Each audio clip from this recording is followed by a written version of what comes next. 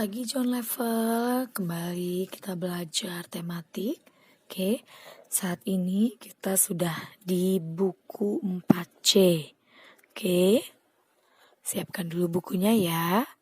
Sebelum kita mulai belajar, kita akan menyanyikan lagu wajib nasional Halo Halo Bandung. Oke.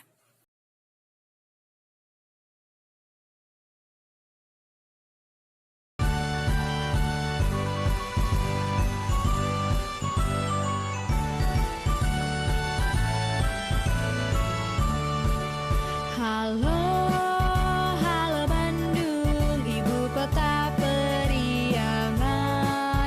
Halo, halo Bandung, kota kenang-kenangan. Sudah lama beta tidak berjumpa dengan kau. Sekarang telah menjadi lautan api, mari bung rebut kembali.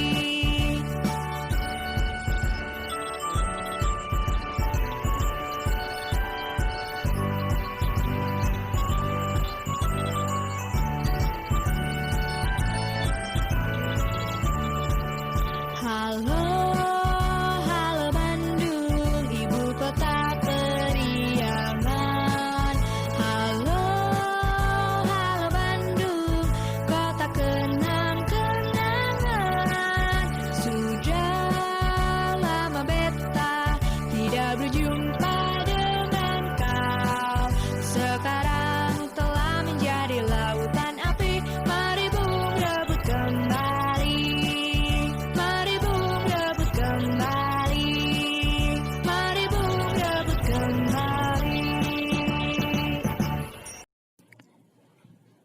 Kita berdoa bersama. Tuhan Yesus, terima kasih untuk penyertaan Tuhan di dalam hidup kami. Terima kasih untuk kebaikan-Mu Tuhan. Walaupun kami belajar melalui video online, kami mau tetap bersemangat, kami mau tetap fokus sehingga kami mengerti dan memahami pembelajaran yang diberikan. Berkatilah kami Tuhan, lindungilah kami. Terima kasih Bapa yang baik, hanya di dalam nama-Mu kami boleh berdoa. Amin. Pembelajaran kita saat ini adalah subtema 1, pembelajaran 1 dan 2. Hewan dan tumbuhan di lingkungan rumahku. Kita mau belajar membuat pertanyaan berdasarkan bacaan, mendiskusikan tahapan pertumbuhan tanaman padi dan upaya pelestariannya, mengidentifikasi keadaan geografis Indonesia, mengidentifikasi ciri-ciri bentang alam suatu wilayah, dan kita juga akan belajar menjelaskan hak dan kewajiban terhadap sumber daya alam. Siap untuk belajar ya. Saat ini kita akan mengetahui sumber daya alam lainnya yang terdapat di Indonesia.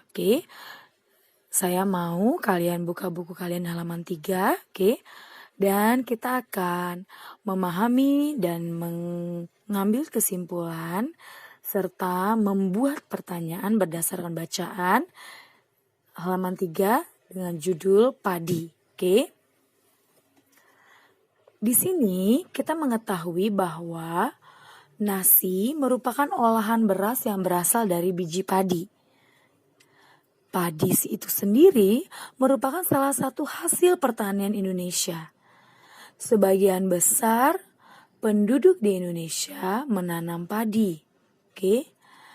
Nah, padi adalah tanaman yang ditanam di wilayah yang beriklim tropis, memiliki tanah yang subur dan air yang cukup. Di Indonesia terdapat beberapa daerah yang merupakan penghasil beras terbesar. Yang pertama, Jawa Timur, Jawa Tengah, Jawa Barat, Sulawesi Selatan, Nusa Tenggara Barat, DKI Jakarta dan Banten, Lampung, Sumatera Selatan, di daerah istimewa Yogyakarta, dan Aceh. Dari bacaan pada halaman ketiga tadi, kamu dapat membuat pertanyaan. Oke, caranya adalah kamu memahami terlebih dahulu isi bacaan tersebut. Lalu, jangan lupa membuat pertanyaan dengan menggunakan kalimat tanya dan bahasa yang baik dan benar. Oke? Baiklah, saat ini kita ingin mengetahui ciri-ciri bentang alam suatu wilayah. Kita tahu wilayah Indonesia membentang luas dari Sabang sampai Merauke. Oke, bentang alam Indonesia dibagi menjadi beberapa wilayah, yaitu dataran rendah, dataran tinggi, dan pantai.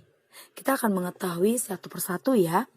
Dataran rendah biasanya memiliki udara yang relatif panas. Oke, ketinggiannya kurang lebih 200 meter dari atas permukaan laut. Oke. Nah, dataran rendah inilah digunakan untuk perkebunan seperti kelapa, tebu, pertanian seperti padi, jagung, peternakan seperti peternakan ayam, sapi, perumahan, bahkan kegiatan industri. Kenapa? Karena biasanya daerah dataran rendah adalah daerah yang merupakan kawasan atau hamparan luas yang relatif datar. Oke. Sedangkan dataran tinggi, wilayah dataran tinggi biasanya terletak dekat dengan pegunungan. Kita tahu bahwa pegunungan itu memiliki udara yang sangat sejuk. Oke, dataran tinggi terletak pada ketinggian lebih dari 500 meter di atas permukaan laut. Biasanya dataran tinggi ini terbentuk dari hasil erosi atau sedimentasi. Oke. Nah, dataran tinggi ini dimanfaatkan untuk perkebunan dan menanam tanaman sayur, rumah-rumah peristirahatan, ataupun objek wisata. Oke. Yang ketiga adalah pantai. Wilayah pantai merupakan perbatasan antara darat dan laut. Biasanya memiliki udara yang cukup panas ya. Oke. Nah, pada umumnya daerah pantai itu digunakan untuk usaha. Usaha contohnya pengeringan ikan, tambak, ladang garam, tapi banyak juga daerah pantai yang digunakan sebagai objek wisata. Setelah mengetahui dataran rendah, dataran tinggi, dan pantai, nah kita tahu bahwa masyarakat di wilayah dataran rendah pada umumnya bekerja sebagai petani. Petani menghasilkan padi. Oke. Petani bekerja keras agar menghasilkan padi yang berkualitas bagus sehingga dapat dikonsumsi oleh seluruh masyarakat Indonesia. Pada kesempatan kali ini, kita mau mengetahui hak dan kewajiban kita terhadap sumber daya alam. Oke. Sebelumnya, Teacher Eti ingatkan kembali pengertian dari hak dan kewajiban. Hak adalah sesuatu yang harus kita dapatkan. Sedangkan kewajiban adalah sesuatu yang harus kita lakukan sebelum atau sesudah mendapatkan hak. Oke, kita berhak untuk menikmati hasil dari Pak Tani, yaitu nasi. Tapi kita juga wajib untuk tidak membuang-buang makanan tersebut. Kita harus mengambil makanan tersebut secukupnya.